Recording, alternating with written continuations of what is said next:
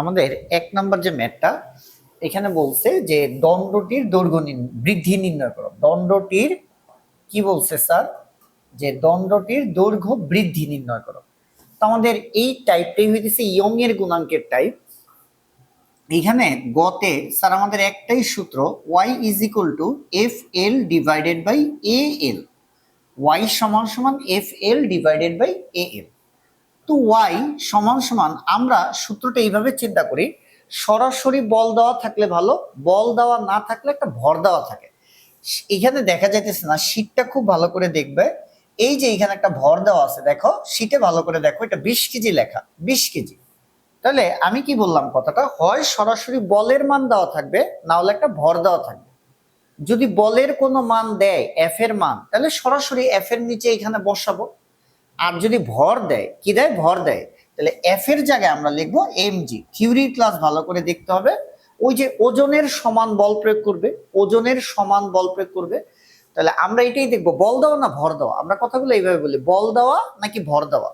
বল যদি দেওয়া থাকে সরাসরি বসাবো, বল দেওয়া না থাকলে ভর দেওয়া থাকবে। ভর দেওয়া থাকলে এফ এর জায়গায় বসাবো এমজি। কেন এমজি? কারণ ওজনের সমান বল প্রয়োগ করবে ওই স্প্রিং এর উপর।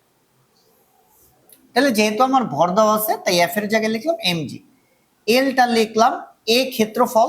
স্যার শীটে ভালো করে দেখো, এই যে উপরে ক্ষেত্রফলটা দেওয়া, তাহলে ক্ষেত্রফল দেওয়া থাকলে এই রাখবো আর ছোট হাতের এল। এবার মান বসাই। ওয়াই দ্বারা কি বোঝায়? ওয়াই হইতেছে ইয়ং এর গুণাঙ্ক। মান দেওয়া আছে কিনা দেখো, শীটে ভালো করে দেখো। এই যে ইয়ং এর গুণাঙ্কের মানটা দেওয়া আছে, এই যে ইয়ং এর গুণাঙ্কের মান দেওয়া আছে, যেটা দেওয়া আছে ওয়াই এর নিচে বসাই। কত দেওয়া আছে sir? 2.35 into 10⁻11। M, sir m হইতেছে আমার ভর, ভরের মান কত দিছে? 20 কেজি। তাহলে আমিও বসাইলাম 20 ইন্টু জি এর মান 9.8। স্যার এই যে আমার এল, এই যে এল, এটা হইতেছে স্প্রিং এর যে দৈর্ঘ্যটা ছিল। এই যে স্যার এই যে দৈর্ঘ্যটা দেখো, এই যে দৈর্ঘ্যটা শীটে ভালো করে দেখো, এই দাগ L0 দিয়া 6 মিটার দেওয়া। অর্থাৎ এই বড় হাতের এল হইতেছে, এই যে স্যার এই স্প্রিং এর যে দৈর্ঘ্যটা ছিল, এই যে এখানে 6 মিটার। পুরা যে দৈর্ঘ্যটা বড় হাতের এল, এটা হইতেছে স্প্রিং এর যে দৈর্ঘ্যটা 6 মিটার। তাহলে স্যার বড় হাতের এল এর মান কত? বড় হাতের এল এর মান হইতেছে 6। স্যার এ হইতেছে ক্ষেত্রফল। এ কি? ক্ষেত্রফল। এই যে দেখো, এই যে এখানে তারের ক্ষেত্রফল এখানে দেওয়া আছে, কত দেওয়া আছে? 1। কিন্তু এটা sir millimetre square. Millimetre square থেকে মিটার স্কয়ারে গেলে 10⁻⁻6 দ্বারা। আরেকবার বলি, মিলিমিটার স্কয়ার থেকে মিটার স্কয়ারে গেলে 10⁻⁻6 দ্বারা গুণ। ইন্টু হইতেছে এই ছোট হাতের এল। স্যার ছোট হাতের এল হইতেছে দৈর্ঘ্য যতটুকু বৃদ্ধি হয়েছে বা দৈর্ঘ্যের পরিবর্তন, এটাই কিন্তু জানতে চাইছে যে দণ্ডটির দৈর্ঘ্য বৃদ্ধি। অর্থাৎ এই যে এল, দণ্ডটির দৈর্ঘ্য বৃদ্ধি, এই এল এর মানে স্যার বের করতে বলছে। তাহলে এলটা এই পাশে আসবে, 20 into 9.8 into 6 divided by 2.35 into 10⁻11 into 1 into 10⁻⁻6।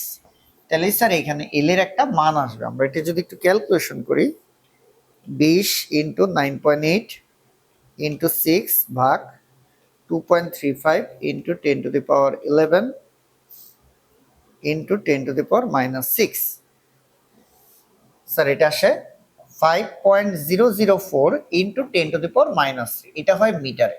Sir এখানে অ্যান্সার দিলে হবে, এটা মিলিমিটারে দেওয়া আছে।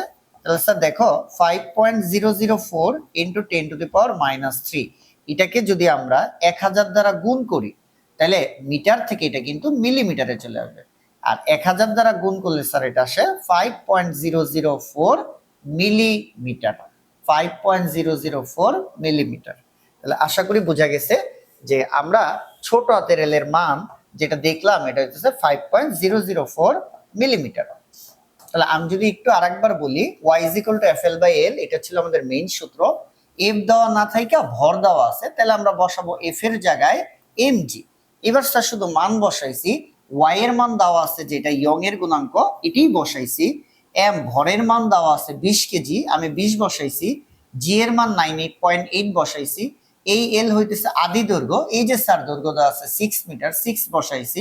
এরিয়া ক্ষেত্রফল দেওয়া ছিল 1, 1 মিলিমিটার স্কোয়ার, মিটার স্কোয়ারে নেওয়ার জন্য 10⁻⁻6 দ্বারা গুণ করছি। এই ছোট হাতের এল এর মান বের করতে বলছে, দণ্ডের দৈর্ঘ্য বৃদ্ধি নির্ণয় করো। আমরা এলটা এই পাশে আনছি আর এই মানটা এল এর জায়গায় নিয়ে ক্যালকুলেশন করে মান বসাই দিচ্ছি।